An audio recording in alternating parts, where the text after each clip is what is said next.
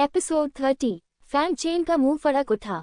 ये लड़की वाकई क्रूर है, लेकिन उस आदमी को इस लड़की को रखेल बनाने के लिए किसने कहा? क्या यह मौत को दावत देना नहीं है? अग्रणी युवक दंग रह गया। उसे उम्मीद नहीं थी कि फैंग चेन और झाओ शिमाई इतने मजबूत होंगे, विशेषकर झाओ शिमाई, जिसकी ताकत उसकी उम्मीदों से कहीं अधिक थी। वहां मौजूद सभी लोग भी हैरान थे। उन्हें उम्मीद नहीं थी कि फैंग चेन और झाओ शिमाई जीतेंगे, और वे इतने क्रूर थे। क्या वे ऊपरी डोमेन के लोगों से डरते नहीं हैं? बहादुर, तुमने ऊपरी क्षेत्र के लोगों को चोट पहुंचाने की हिम्मत की। क्या तुम मरना चाहते हो? अग्रणी युवक ने चिल्लाकर कहा। वह जानता था कि वह निश्चित रूप से वह नहीं था जिसने फैंग चेन और झाओ शिमाई के साथ कार्रवाई की थी, और उसने उन दोनों को हिचकिचाने के लिए अपनी पहचान का उपयोग करने की योजना बनाई। मैं तुम्हें 3 बार सांस लेने का मौका देता हूं, बाहर निकल जाओ, नहीं तो मर जाओ, फैंग चेन ने ठंडे स्वर में कहा। लड़के, हम ऊपरी डोमेन के मेन परिवार हैं। यदि आप हमें अपमानित करते हैं तो आप बाहर जाने के बाद मर जाएंगे। प्रमुख व्यक्ति फैंग चेन को इस तरह से धमकाना चाहता था, लेकिन फैंग चेन की अभिव्यक्ति अभी भी उदासीन थी। अभी भी एक सांस बाकी है। फैंग चेन की उदासीन अभिव्यक्ति को देखकर अग्रणी युवक को पता था कि फैंग चेन वास्तव में कार्रवाई कर सकता है। लड़के, इतना घमंडी मत बनो। मेरा बड़ा भाई मेंग फैंग चेन निश्चित रूप से हमारा बदला लेगा। ये कहकर वह अपने आदमियों के साथ अपमानित होकर भाग गया। फैंग चेन ने उन्हें ठंडे अंदाज में देखा।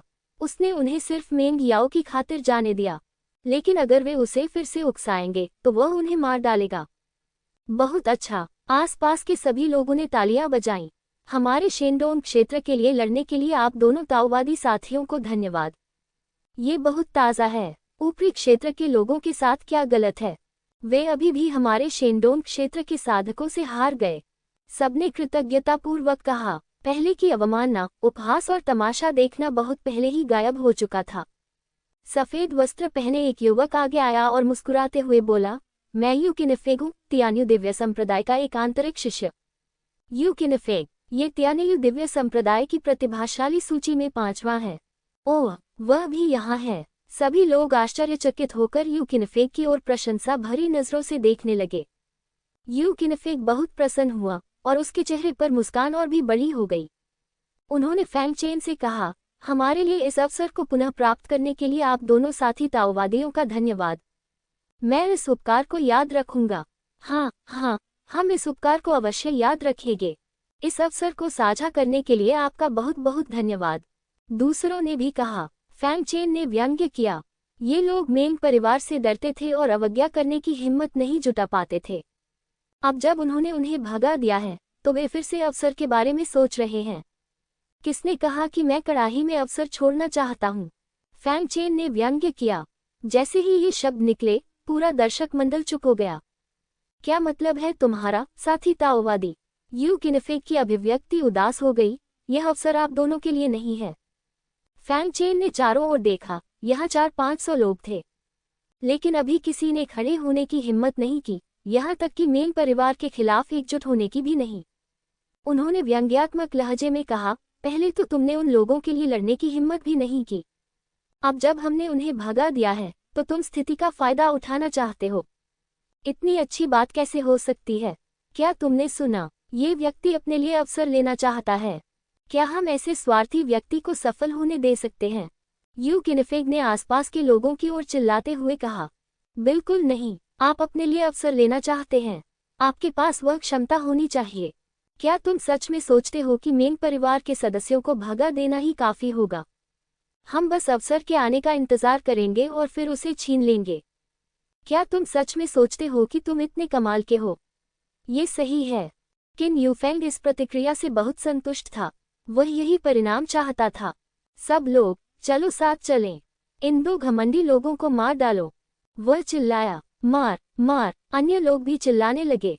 कई साधक जो पहले से ही क्रोधित थे, उन्होंने जादुई हथियार उठा लिए और फैंग चेन और झाओ शिमाई की ओर दौड़ पड़े। जियो माया, फैंग चेन ने हल्के से कहा। मुझे पता है। झाओ शिमाई मुस्कुराया और उन 3 लोगों को रोकने के लिए अपना भाला उठाया जो उसकी ओर दौड़े थे। फैंग चेन ने चमककर अन्य 2 को रोक दिया।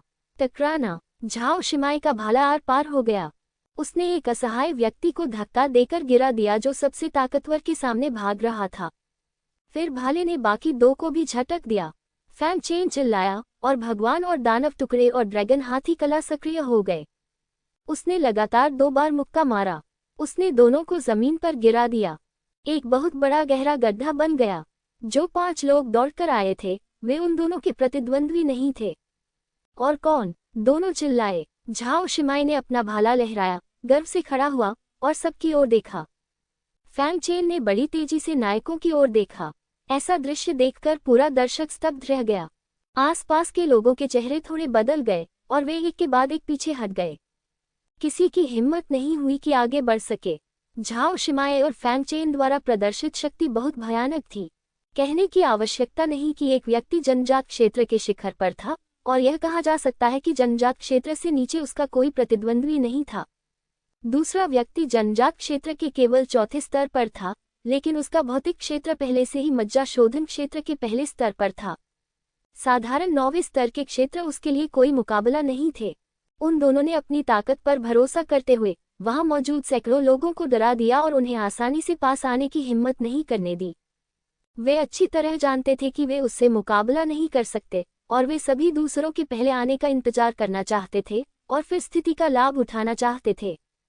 यू किनफेक बदसूरत दिख रही थी, लेकिन यह वह नहीं था जो वह देखना चाहता था। सब लोग एक साथ आओ। जब तक हम एक साथ हमला करते हैं, चाहे वह व्यक्ति कितना भी शक्तिशाली क्यों न हो, वह निश्चित रूप से हमारा विरोधी नहीं है।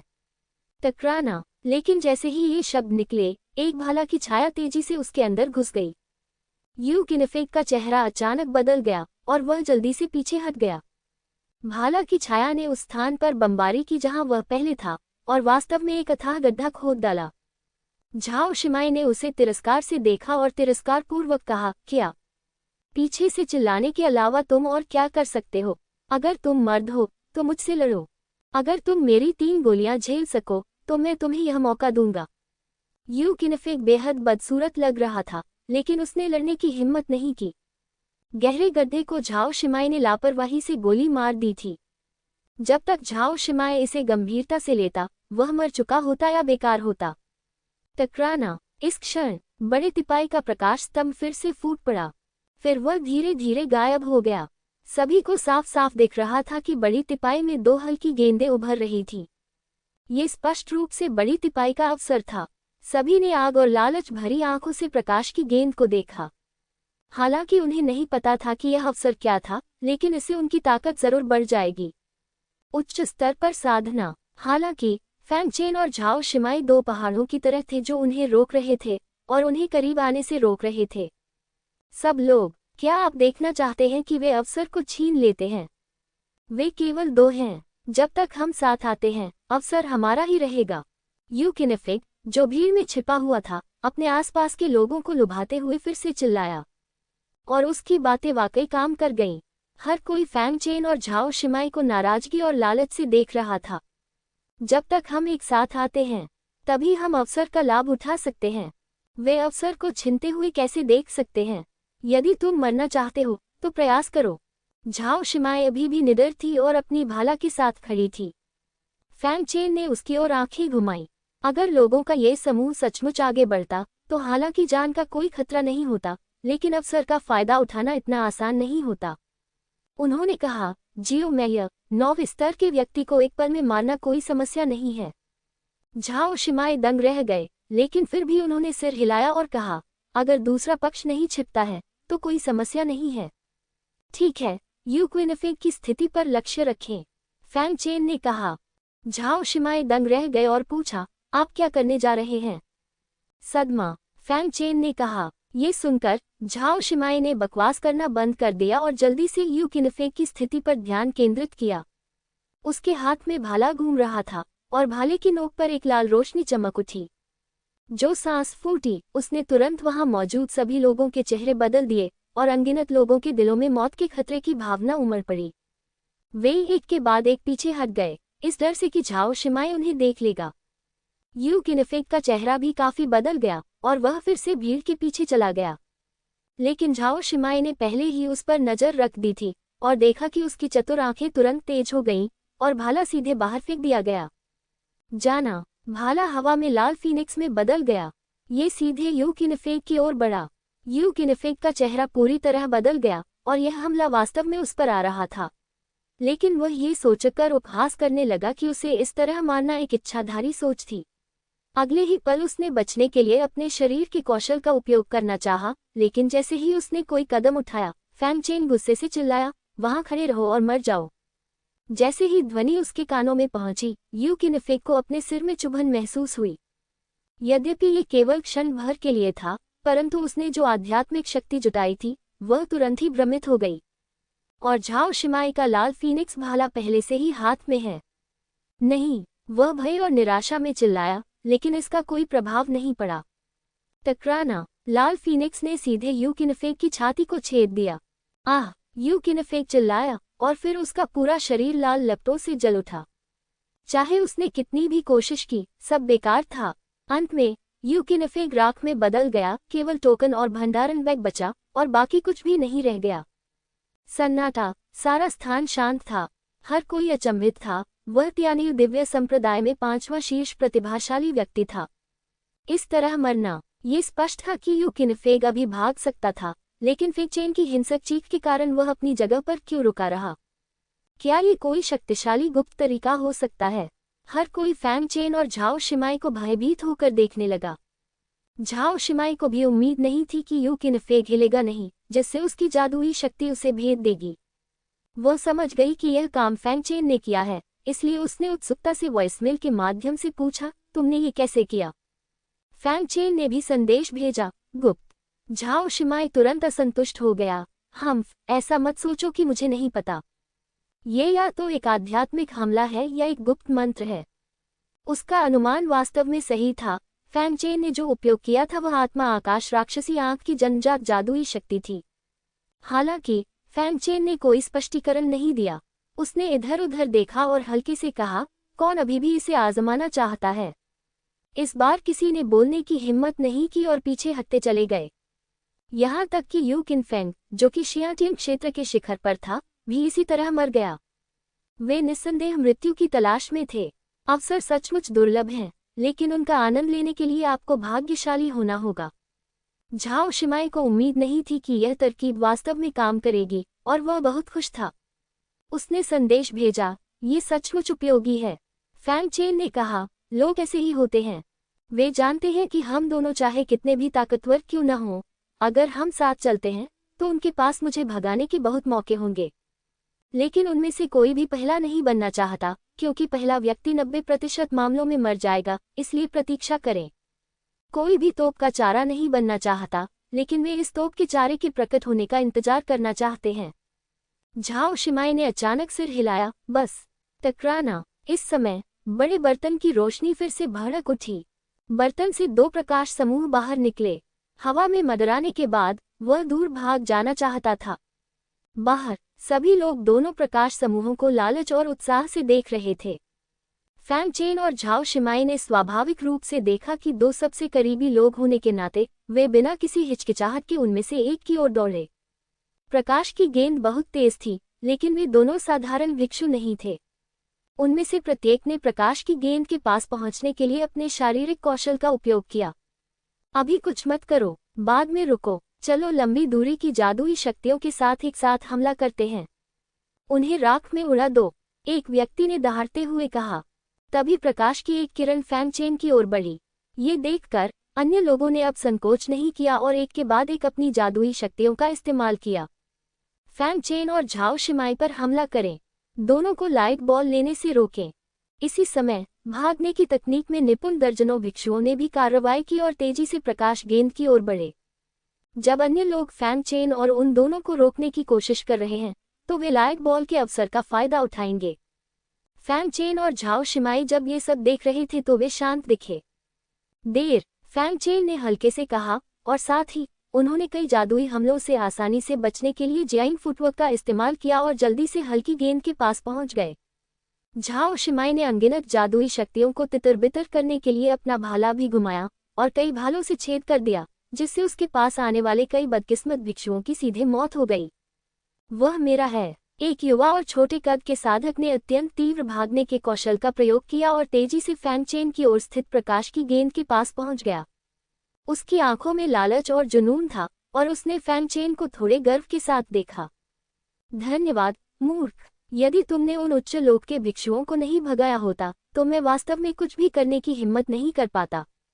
उसने विस्मय से फैंग चेन को देखा, मानो यह अवसर उसके हाथ में था। फैंग चेन ने उसे ठंडी निगाहों से देखा और हथेली से वार किया।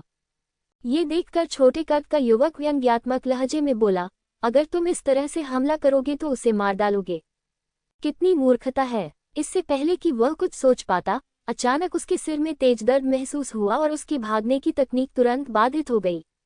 ये कैसे संभव है? जब वह दर्द से उबरा तो फैंग चेन पहले से ही उसके सामने था।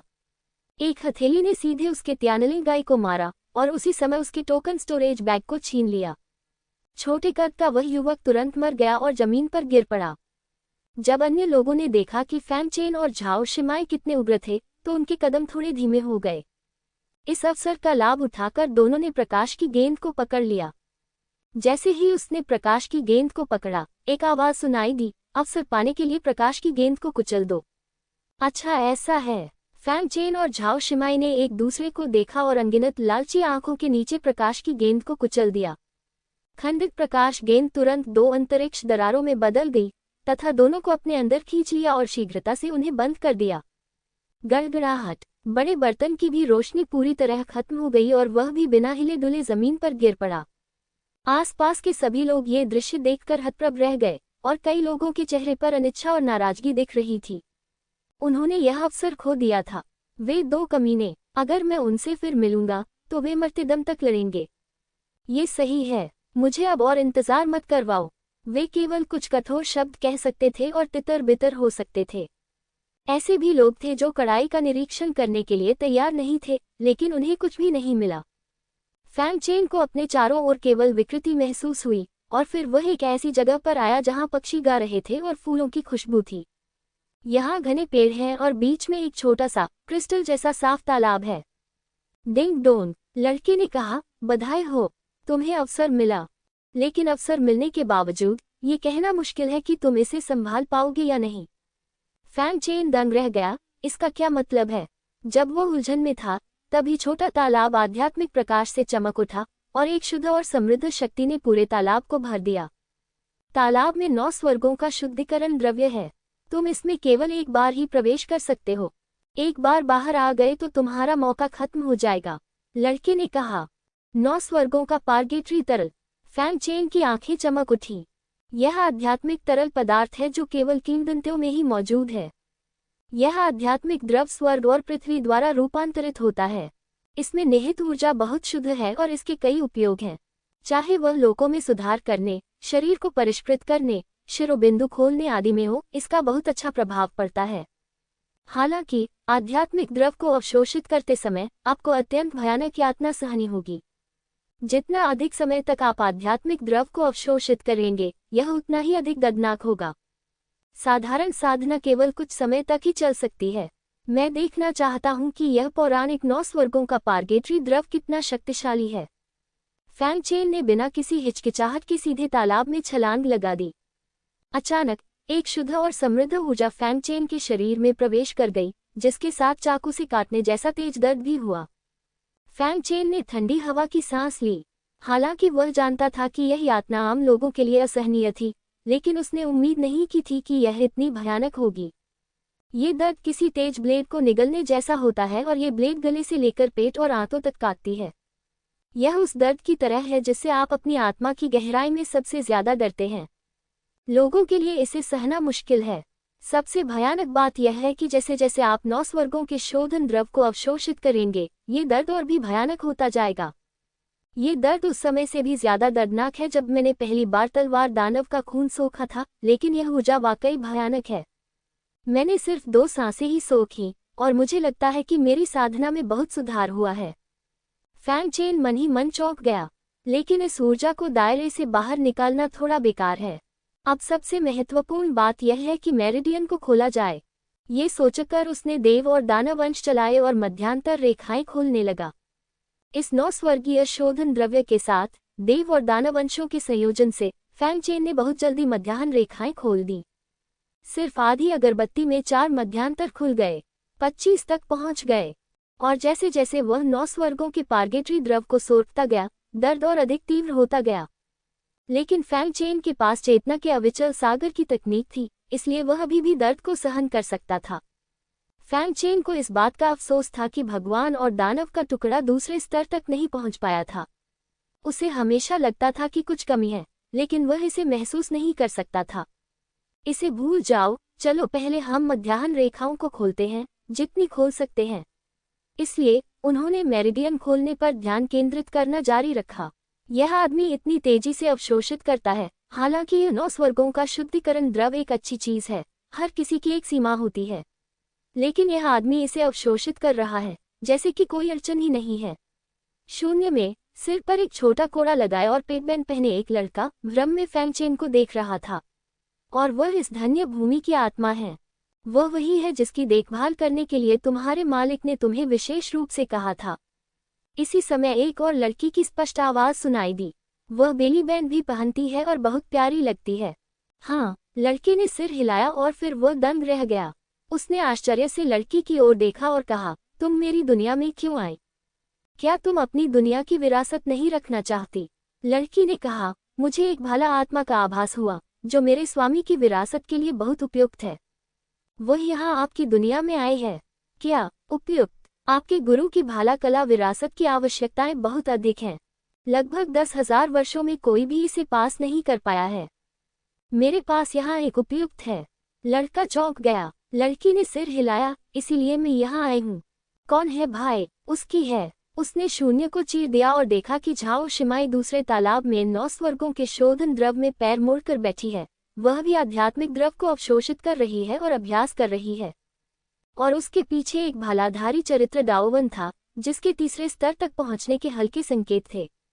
खैर, ये लड़की वाकई बहुत अच्छी है, खास तौर पर निशानेबाजी की कला में उसकी प्रतिभा और भी शानदार है। अगर वह 16 साल की उम्र में तीसरे स्तर को हासिल कर सकती है, तो उसे शीर्ष पायदान पर माना जाता है। अगर आप उसे ले जाना चाहते हैं, तो ले जाए, लड़के ने कहा। ठीक है, लड़की ने सिर हिलाया। उसी समय झाओ शिमाई तालाब से बाहर कूद गया। जब वह बाहर आई तो तालाब में मौजूद 9 स्वर्गों का तरल पदार्थ पूरी तरह से विलुप्त हो गया। लेकिन उसे इसकी कोई परवाह नहीं थी, वह अपने बदलावों से बेहद खुश थी। अब मैंने 4 और चैनल खोल दिए हैं, सभी 36 में से केवल एक चैनल गायब है।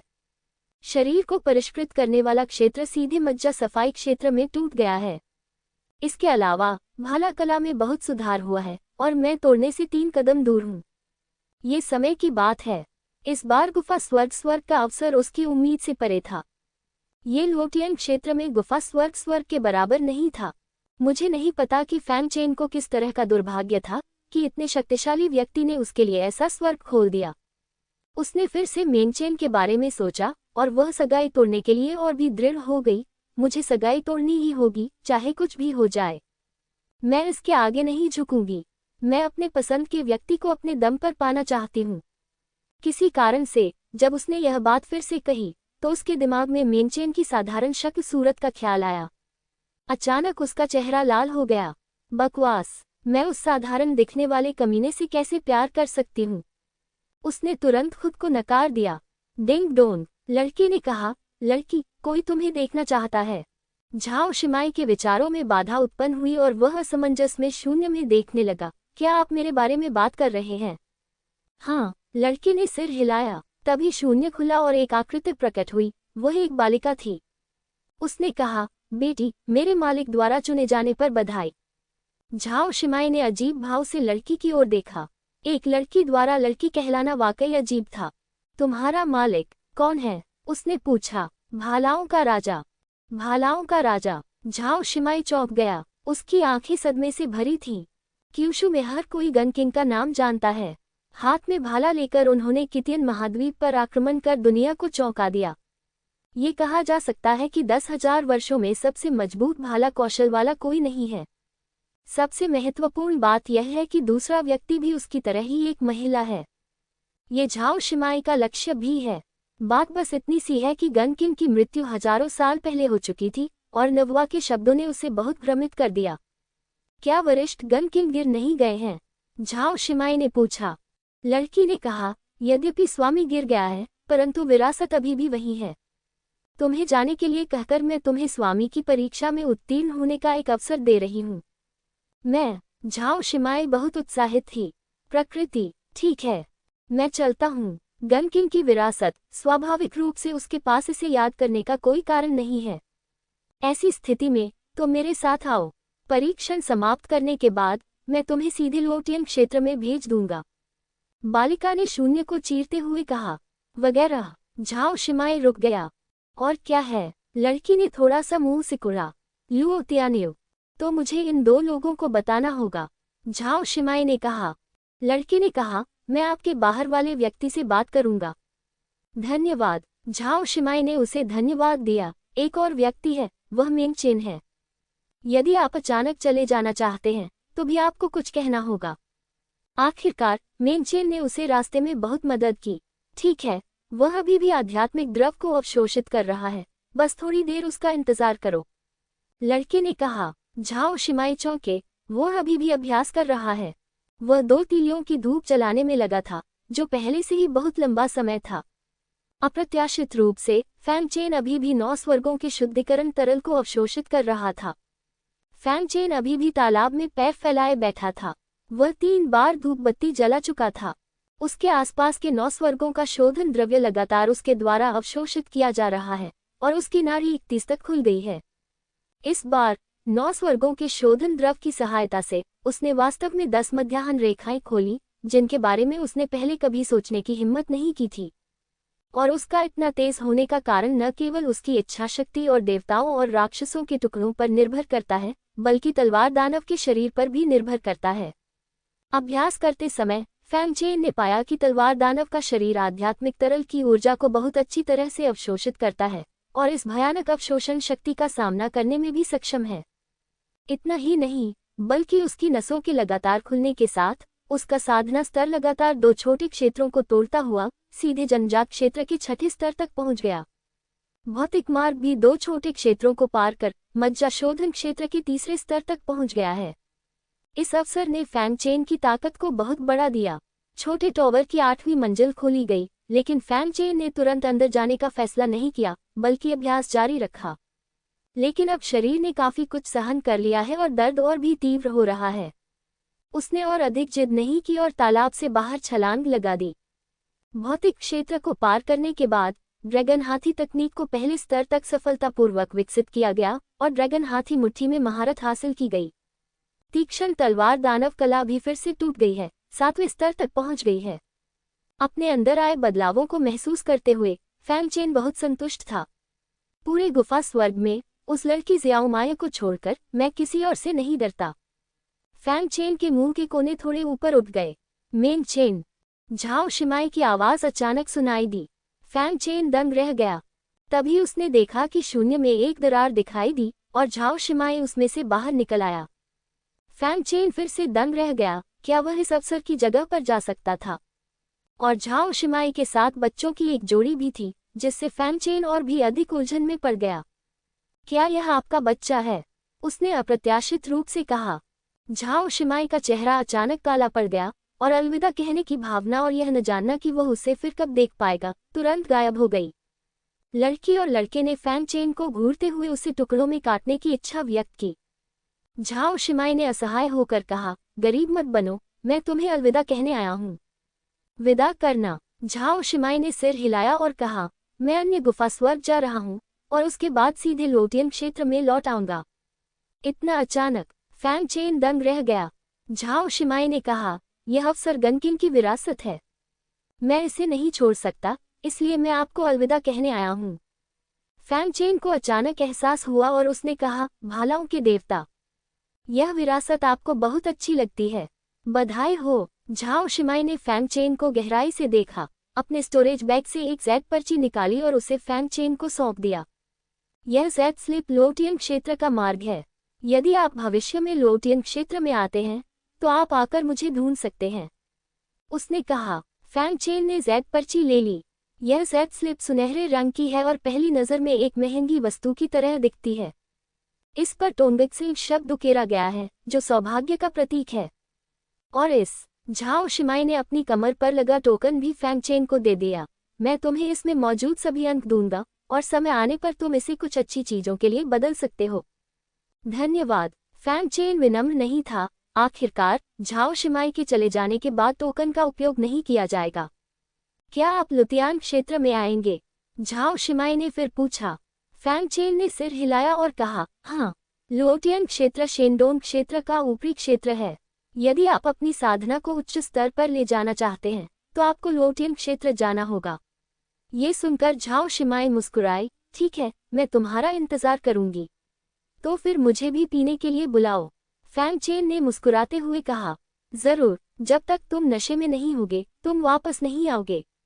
झाओ शिमाई ने मुस्कुराते हुए सिर हिलाया। झाओ शिमाई ने लड़की का पीछा किया और चला गया। फैंग चेन ने धीरे से आह भरी, एक था कैसे ही चला गया। लेकिन इतने सारे अंक प्राप्त करना बुरा नहीं था। किसी दिन मिलेंगे।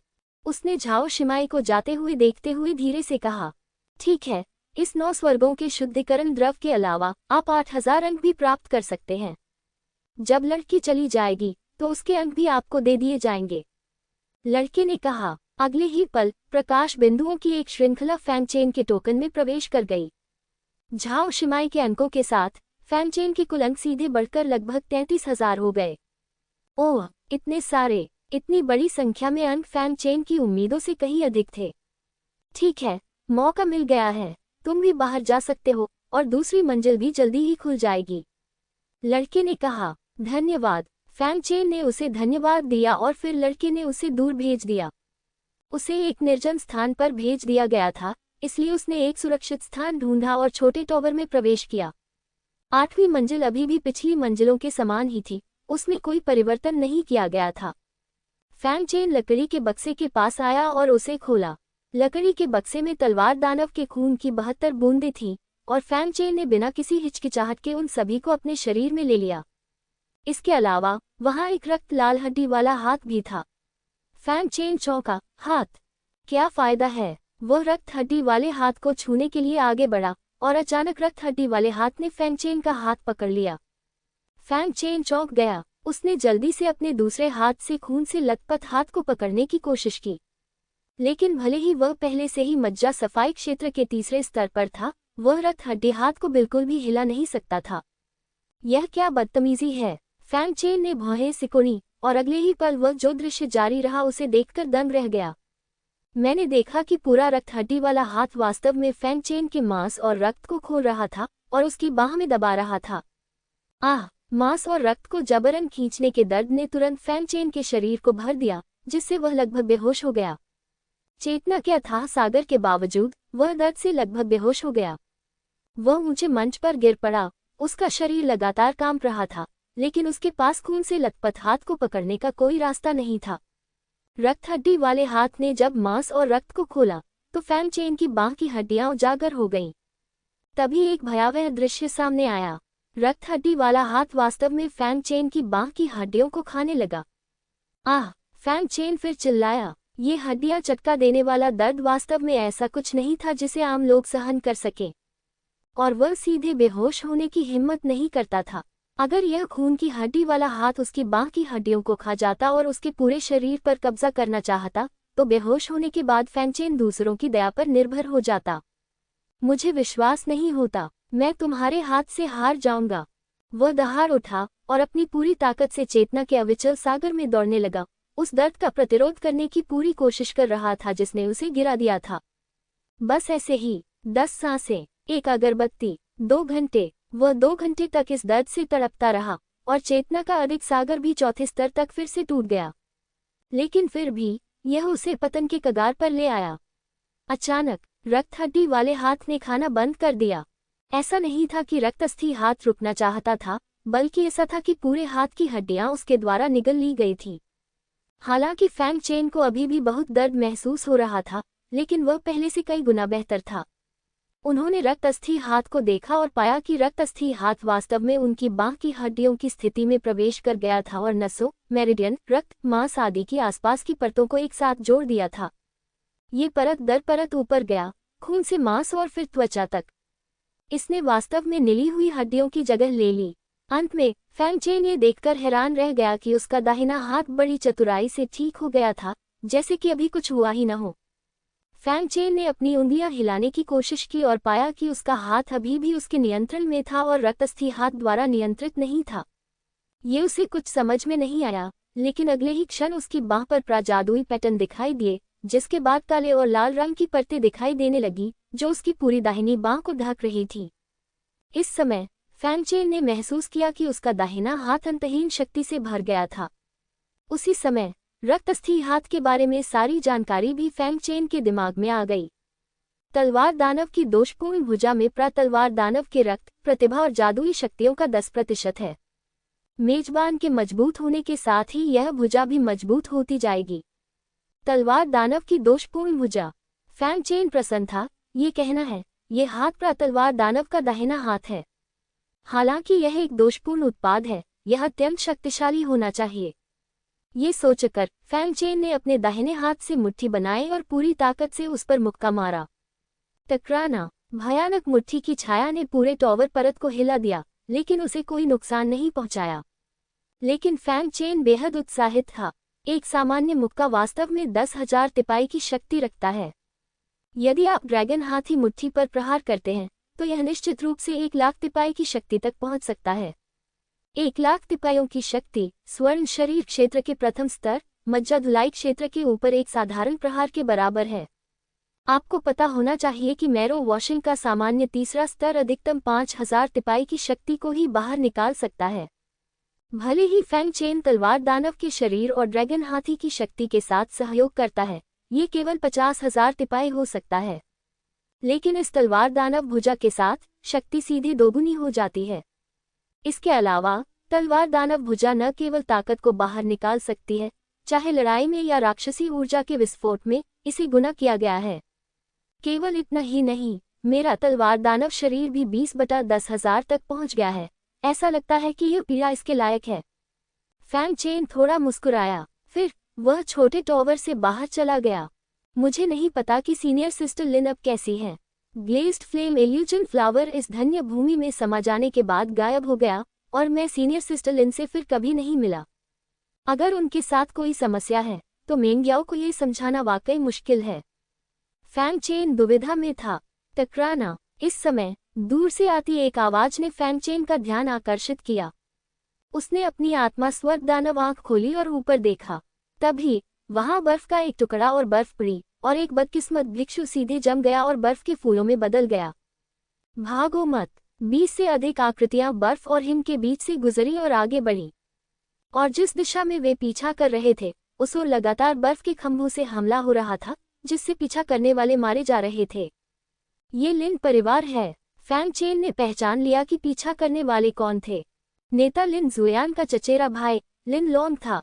वे किसका पीछा कर रहे हैं? क्या ये सीनियर सिस्टर लिन हो सकती है? फैंग चेन की भौहें तन गईं। यदि यह हमेशा की तरह लिन जुयान होती, तो लिन लॉन्ग और अन्य निश्चित रूप से उसके प्रतिद्वंद्वी नहीं होते। लेकिन अब जब लिन जुयान पागल हो गई है, तो वह जो ताकत लगा सकती है वह शायद केवल 2 या 3 स्तर की है, और वह निश्चित रूप से लिन लॉन्ग और अन्य लोगों के लिए एक मुकाबला नहीं है। ये सोचकर फैंग चेन बिना किसी हिचकिचाहट के उसके पीछे भागा। अपनी वर्तमान भागने की तकनीक के साथ वह स्वाभाविक रूप से जल्दी से पकड़ लिया। आत्मा दानव आंख के प्रकट होने के बाद, जैसा कि अपेक्षित था, ये लिन जुयान था जिसका पीछा किया जा रहा था। इस समय लिन जुयान लिन लॉन्ग और अन्य लोगों से घिरा हुआ था और खतरे में था। लिन लान, तुम क्या चाहते हो? लिन जुयान का सुंदर चेहरा पीला और रक्तहीन था, जिससे लोग व्यथित महसूस करते थे। वह लिन लॉन्ग को ठंडी निगाहों से घूर रही थी, उसे टुकड़ों में काट डालना चाहती थी। कुछ समय पहले उसने चोट की कीमत पर ज्योदिन का अवसर जीता और गुप्त क्षेत्र में प्रवेश किया और महान भाग्य प्राप्त किया। हालांकि उसके शरीर में व्याप्त राक्षसी बाधा को दूर नहीं किया जा सका, इसलिए उसे असहाय होकर पीछे हटना पड़ा। अप्रत्याशित रूप से लिन लॉन्ग ने अपने स्थान को जल्दी से खोजने के लिए रक्त ट्रैकिंग तकनीक पर भरोसा किया, जिसके कारण वर्तमान स्थिति उत्पन्न हुई। तुम क्या कर रहे हो? लिन जुयान, तुम लिन परिवार के गद्दार हो। क्योंकि तुम्हारे लिन परिवार को भारी नुकसान हुआ है, तुम्हें क्या लगता है मैं क्या करना चाहता हूँ? स्वाभाविक रूप से मैं परिवार के लिए गद्दारों को खत्म करना चाहता हूँ। लिन लॉन्ग ने अहंकार से कहा। मैं, लिन जुयान, ने कभी भी अपने परिवार को निराश करने के लिए कुछ नहीं किया है, इसलिए मैं गद्दार कैसे हो सकता हूँ? लिन जुएयान ने ठंडे स्वर में कहा, अगर तुम कहते हो कि तुम देशद्रोही हो तो तुम हो। परिवार ने तुम्हें पाला पोसा और तुम्हें आज तियानियू शेनज़ोंग का संत बनने के लिए प्रशिक्षित किया। तो तुम्हें पता होना चाहिए कि एहसान कैसे चुकाना है, और तुम्हें वही करना चाहिए जो परिवार तुमसे करने के लिए कहता है। लिन लॉन्ग चिल्लाया, मैंने बचपन में ही अपना परिवार छोड़ दिया था और तियानियू दिव्य संप्रदाय में शामिल हो गई थी। मेरे संत बनने की वजह से ही परिवार समृद्ध हुआ। साधना शब्द कहाँ से आया? लिन जुएयान ने दांत पीसते हुए कहा। उसका अंतःकरण साफ था और उसने कभी भी ऐसा कुछ नहीं किया जिससे उसके परिवार को ठेस पहुंचे। यदि परिवार ने हर जगह उसका इस्तेमाल न किया होता और उसे बाहर करने के लिए मजबूर न किया होता, तो वह अपने परिवार से कैसे नाता तोड़ सकती थी? एक गद्दार है। मेरे लिन परिवार के बिना कोई लिन जुएयान नहीं होगा। लिन लॉन्ग ने व्यंग्य किया और लिन जुएयान से कुछ भी कहने के लिए बहुत आलसी था। ठीक है, आज्ञाकारी रूप से अवसर का लाभ उठाओ, शायद मैं अभी भी तुम्हारी जान बख्श सकता हूँ। गुप्त क्षेत्र में अवसर 9 स्वर्गों का शुद्धिकरण द्रव है। इसे छीना नहीं जा सकता। इसे केवल गुप्त क्षेत्र में ही अवशोषित किया जा सकता है। लिन जुएयान ने ठंडे स्वर में कहा, इसका उपयोग लिन लॉन्ग को उसे छोड़ने के लिए मजबूर करने के इरादे से किया। लेकिन उसने बहुत ज्यादा सोचा और भोली थी। लिन लॉन्ग ने उसे 9 स्वर्गों के शुद्धिकरण तरल के कारण नहीं मारा। ओह, क्या ऐसा है? लिन लॉन्ग ने लिन जुएयान के नाजुक शरीर को ऊपर से नीचे तक देखा और अंत में उसके ठंडे और आश्चर्यजनक परिपूर्ण चेहरे पर पहुंच गया। फिर आध्यात्मिक द्रव आपके शरीर में अवशोषित हो जाता है और मैं इसे आपके शरीर से निकाल लूंगा। जहां तक विधि की बात है, हे, उसने एक कामुक मुस्कान दिखाए। लिन जुएयान ने अविश्वास से लिन लॉन्ग को देखा और वह स्वाभाविक रूप से उसके शब्दों का अर्थ समझ गई। क्या तुम पागल हो? हम एक दूसरे के खून के रिश्तेदार हैं। तुम अनाचार कर रहे हो। लिन लॉन्ग जोर से हंसा। क्या तुमने पहले ही लिन परिवार से संबंध तोड़ नहीं लिए हैं? तो इसका इससे क्या लेना देना है? फिर उसने अपने पास बैठे लिन परिवार के अन्य बच्चों से कहा, चिंता मत करो भाइयों, जब मैं पर्याप्त मजा ले लूं तो तुम लोग धीरे धीरे एक एक करके खेल सकते हो। तुम्हारे पास बहुत समय है। हे, धन्यवाद युवा मास्टर। मैंने कभी नहीं सोचा था कि मैं इतनी सुंदर लड़की के साथ खेल सकता हूँ। हाँ, वह हमेशा से मेरे कामुक सपनों में रही है और अब यह अंततः सच हो सकता है। बाकी लोग लिन जुएयान को वासना भरी नजरों से देख रहे थे। उनकी आंखें वासना से भरी हुई थी। लिन जुएयान स्वर्गीय पंथ संप्रदाय की बर्फ और आग जुड़वा की बर्फ सुंदरी के रूप में लंबे समय से उनके द्वारा प्रतिष्ठित थी। ये सिर्फ इतना है कि लिन जुएयान की आमतौर पर एक प्रतिष्ठित स्थिति होती है, इसलिए वे स्वाभाविक रूप से उसे थोड़ा सा भी अपमानित करने की हिम्मत नहीं करते हैं। लेकिन अब जब लिन जुएयान गंभीर रूप से घायल हो गई थी और उन्हें मार डाला गया था, तो उसके दिल में गहरे गंदे विचार स्वाभाविक रूप से इस समय पूरी तरह से प्रकट हो गए थे। जब मेरा भरपूर मजा हो जाएगा तो मैं तुम्हारे शरीर को नंगा करके बाहर लटका दूंगा। सबको देखने दो, फैंग चेन नाम के उस कमीने को देखने दो। मुझे लगता है कि वह तब तक ये दृश्य देख लेगा। उसके हाव भाव बहुत रोमांचक होंगे। हाँ, लिन लॉन्ग बेतहाशा हंसता रहा, एक विजेता की तरह लिन जुएयान को देखता रहा। लेकिन उसने यह नहीं देखा कि लिन जुएयान की ठंडी आंखें उस समय दृढ़ संकल्प से भरी हुई थीं और उसका सिर नीचे झुका हुआ था। चूंकि आज की आपदा अपरिहार्य है, तो आइए हम सब मिलकर मरें। उसके पीछे दाव की आभा फूट पड़ी और 3 दाव वेन प्रकट हुए, जिनमें बर्फ, हिम और वो शामिल थे। अगले ही पल आसपास का तापमान तेजी से गिर गया और सचमुच बर्फबारी शुरू हो गई। नहीं, वे दोनों साथ साथ मरेंगे। लिन लॉन्ग को उम्मीद नहीं थी कि झाओ शिमाई इतनी निर्णायक होगी। बीच में रोकने के लिए बहुत देर हो चुकी थी। पीछे हटो, वह चिल्लाया। सभी लोग एक एक करके पीछे हट गए और जल्द ही लिन जुएयान का लिफाफा छोड़ दिया। ये देखकर लिन जुएयान ने धीरे से आह भरी। अपनी वर्तमान ताकत के साथ वह वास्तव में एक साथ नहीं मर सकती थी। लेकिन ये ठीक है, जब तक मैं बर्फ और हिम में बदल जाऊं और विलीन हो जाऊं, ये पर्याप्त है। रुकना। अचानक उसके मन में एक आवाज गूंजी। लिन जुएयान का नाजुक शरीर कांप उठा। यह आवाज उसके लिए बहुत परिचित थी। ये फैंग चेन था। उसने लिन जुएयान ने अवचेतन रूप से आत्महत्या करने की योजना बनाना बंद कर दिया। किसी कारण से जब उसने फैंग चेन की आवाज सुनी तो उसे बहुत राहत महसूस हुई। रुको, ये कुतिया सचमुच मौत से डरती है। लिन लॉन्ग जोर से हंसा और आगे बढ़कर लिन जुएयान को पकड़ना चाहता था। टकराना। लेकिन इसी समय पीछे से एक जोरदार आवाज आए और पूरी धरती हिल गई। लिन लॉन्ग और अन्य लोग दंग रह गए और पीछे देखने लगे। मैंने देखा कि एक व्यक्ति जमीन को एक गहरे गड्ढे में धकेल रहा था और वह उन्हें रक्त लाल और ठंडी आंखों से घूर रहा था। कौन? लिन लॉन्ग ने ठंडे स्वर में कहा। हम, लिन परिवार, यहाँ गद्दारों से निपट रहे हैं।